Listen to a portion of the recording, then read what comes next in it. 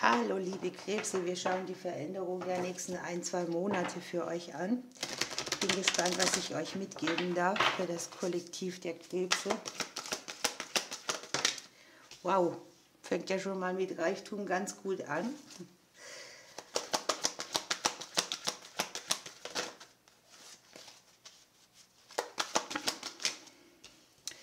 Reinigung. Und ihr habt noch den Pinguin mit dem Thema Kollegialität. Schauen wir ein bisschen genauer.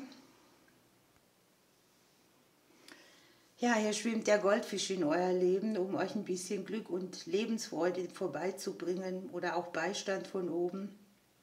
Das Leben bringt irgendwie Freude und Fülle hervor für euch. Ihr dürft das Gefühl haben, dass sich Dinge zum Besten entwickeln und ihr im Fluss des Lebens schwimmen könnt. Ihr dürft ja auch bei irgendeinem Punkt so dieses Gefühl haben, ich gebe nicht auf, ich mache weiter, das Glück trägt mich. Ihr seid auf dem besten Weg und ihr schwimmt auf der richtigen Welle. Ihr habt ja allerdings auch eine Reinigungsphase dabei. Und da dürft ihr euch Zeit nehmen, für euch selber anzukommen, irgendwo in euch aufzuräumen, unangenehme Dinge aus dem Leben zu befördern, Licht in die Angelegenheiten bringen. Hier darf man auch ruhig mal in die Zwischenräume gehen oder da, wo man sonst nicht so gerne hinguckt. Und es geht eben auch um die geheimen Winkel. Ne? Das kann jetzt etwas Seelisches sein oder tatsächlich auch auf der weltlichen Ebene, so wie unangenehme Post oder kaputte Gegenstände, sowas alles entfernen. Also es ist so eine Phase, wo man aufräumt und das Leben wieder klarer sieht. Man gibt etwas weg, um dass etwas Neues entstehen kann, das euch ja hier auch angekündigt wird. Ja, und der Pinguin bringt euch noch das Thema mit, wie geht man miteinander um. Teamgeist ist gefragt, zusammen etwas bewerkstelligen. Auch wenn ein Einzelner was durchboxt, hat er oft Menschen hinter sich, die das Geheimnis des Erfolges mitteilen. Es geht auch um eine freundliche, friedfertige Kommunikation. Man kann höflich, aber dennoch distanziert auftreten. Im Prinzip ist es die Überschrift, dass man durch schwierige Zeiten zusammengeht, dass man zusammen einen Weg macht, der allen dient. So, schauen wir ein bisschen genauer für die Krebse.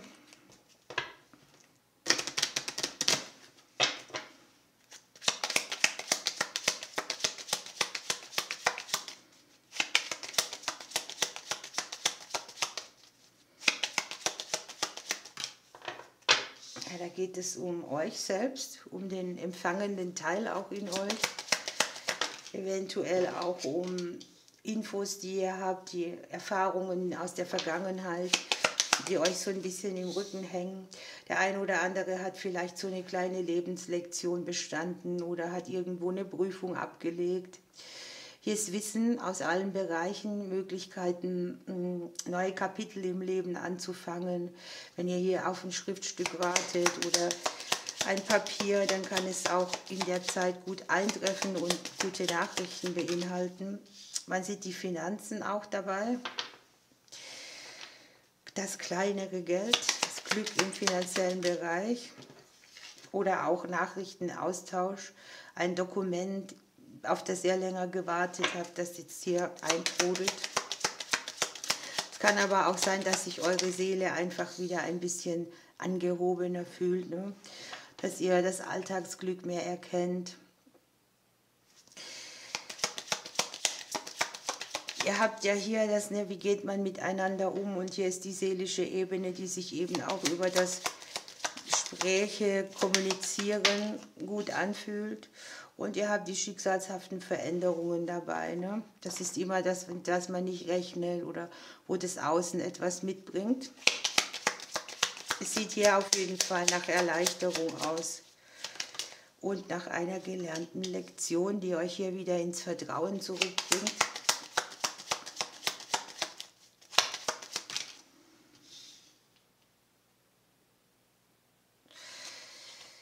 Man sieht hier Selbstliebeprozesse, man sieht Verbindungen, die irgendwie auch in der Vergangenheit schon eine Rolle gespielt haben. Da kann es auch so ein bisschen um Abhängigkeiten jeglicher Art gehen, emotionale Abhängigkeit. Aber man sieht hier irgendwie, dass die Leidenschaft in euer Leben kommen möchte. Man sieht Klären von Beziehungen, vielleicht auch Ausgleich mit Partnern im finanziellen Bereich. Und man sieht, dass ihr einen Konflikt, den ihr mit dem Thema Selbstliebe, Liebe, liebevolle Beziehungen, Leidenschaft habt, über die Kommunikation in die Veränderung bringt. Es können ja auch Familienthemen sein, Vaterthemen oder irgendwie die männliche DNA. Familiäre Veränderungen an sich sieht man innerhalb der Familien. Lösung von Konflikten mit Familienmitgliedern, und hier entsteht dann ein ganz neuer Weg. Der legt sich hier sehr schön auf Beziehungsebene oder vertraglichen Ebenen, auf Wegen in der Liebe oder bei den Finanzen auch. Da entstehen neue Möglichkeiten. Auch im Bereich der Freundschaften, hier habt ihr die Kollegialität, Weggefährten, die hier wichtig werden könnten. Was ich sehr schön finde, ist, dass ihr durch die Energie, die hier liegt, tatsächlich euch selbst einen guten Weg bereiten könnt, der ein gewisses Entrümpeln auch mitbringt bei Menschen, die eure Werte nicht teilen. Ne? Also hier sieht man zum Beispiel auf etwas, wo man in der Vergangenheit einen Verlust gemacht hat oder wo tatsächlich solche Dinge sind wie Geben und Nehmen ist nicht im Ausgleich, die Loyalität stimmt nicht. Jemand hat euch irgendwie in Konflikt mitgebracht, wo man gesagt hat, man geht sich aus dem Weg, es passt einfach nicht mehr. Und das genau ist die Chance dazu, dass ihr selbst mit euren eigenen Werten hier besser voranschreiten könnt und dieses Gefühl, wer ist loyal, wer ist es nicht, auch dazu benutzt, nochmal auszumisten. Hier kann es schon darum gehen, dass es zu euren Reinigungsprozessen auch gehört, Menschen zurückzulassen, die nur Drama mitbringen und die viel Energie kosten. Ihr habt zu hohen Ehren kommen und ihr habt unten am Deck noch das große Glück. Was wollt ihr mehr? Hier ist es tatsächlich so, dass es sowas wie eine Erntezeit für euch ist, sowohl im mentalen auch als im finanziellen Bereich irgendetwas oder auch in den Bereichen, die eure Seele nähren. Da ist Anerkennung, Glücksfälle, man kriegt irgendwie ein gutes Feedback, man erreicht seine Ziele, man hat Grund zur Freude und da ist Fortuna, die schüttet das Füllhorn über euch aus. So, welche Atmosphäre, welcher Kraftplatz ist für die nächsten 1 bis 2 Monate hier sichtbar? Ihr habt den Leuchtturm, ne? Der gibt Licht, der beleuchtet das Dunkel drumherum.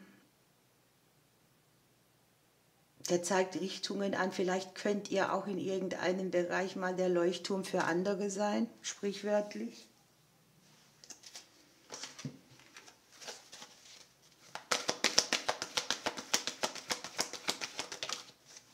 Ihr habt das Heidekraut als Pflanze. Hier kriegt ihr dieses Ding, dass ihr euch mehr fallen lassen dürft. Hier in diesem Fall vielleicht auch auf Mutter Erde oder auf die bedingungslose Liebe. Und das Gefühl, dass das, was auf euch zukommt, ihr habt hier ja den Leuchtturm, ne? Da seht ihr ein Licht, richtig und gut für euch sein wird.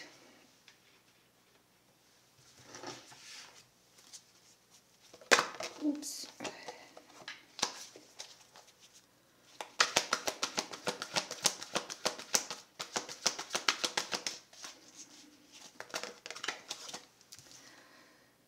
Guckt mal, hier ist der Hüttensänger mit dem Thema Fröhlichkeit und Ja, hier möchte etwas, was sehr melancholisch ist oder wo so auf der Emotion auch gedrückt hat, wieder das Seelenleben erquicken oder erfreuen. Das habt ihr hier ja auch, ne? So Vorfreude, Anerkennung, gute Zeiten, das Leben bejahen, den Zweifel nicht erlauben, so einen großen Platz einzunehmen. Ihr habt hier ja die Reinigung. Und ihr habt ja auch dieses Ding, ihr braucht nicht unglücklich sein, nur um anderen zu gefallen. Das ist das Prinzip, das hier unten angezeigt wird. Ne? Ihr kriegt ja auch gesagt, es gibt immer etwas, auf das ihr mit Freude gucken könnt. Und ihr dürft es auch tun, um dass eure Sachen sich vergrößern. Es schleicht sich das Gefühl ein, dass alles gut wird. Ihr braucht auch nicht auf morgen warten oder kämpfen oder nur leiden, denn mit dem Gefühl von Freude umgeben zu sein, wächst ihr sehr viel schneller und strahlt es natürlich auch in eure Umgebung raus. So, was sagen die Vögelchen? Ui, die Bachstelze. Ich bringe dir Freude, Abenteuer, Lust und Mut. Spüre hinein, was du wirklich willst und folge deiner inneren Spur. Du bist bereit, neue Wege zu gehen. Die Wege liegen hier unten. Ne? Da nehmen wir noch eine Karte für die Fülle, für euer Füllebewusstsein. Und da habt ihr, Gott ist deine Quelle. Das sagt einfach aus, dass ihr für alle alles da ist. Dass wir, wenn wir angebunden sind und im Vertrauen auch immer wieder empfangen, wir haben hier auch den empfänglichen Teil ganz zu Anfang und hier habt ihr den Reichtum. Und es gibt hier oben an der Quelle weder Mangel noch Begrenzung, sondern da ist für alle alles da und es ist eine unendliche Fülle, für alle auch bereit. So, ihr lieben Krebse, das ist ja spannend. Was darf ich euch noch sagen? Mach mal wieder jemandem eine Freude, gib von deinem, was du Gutes hast, etwas weiter. Und unterm Deck hast du noch, feiere das, was du schon alles geschafft hast. Ihr lieben Krebs, ich wünsche euch eine schöne Zeit. Ich drücke euch bis bald.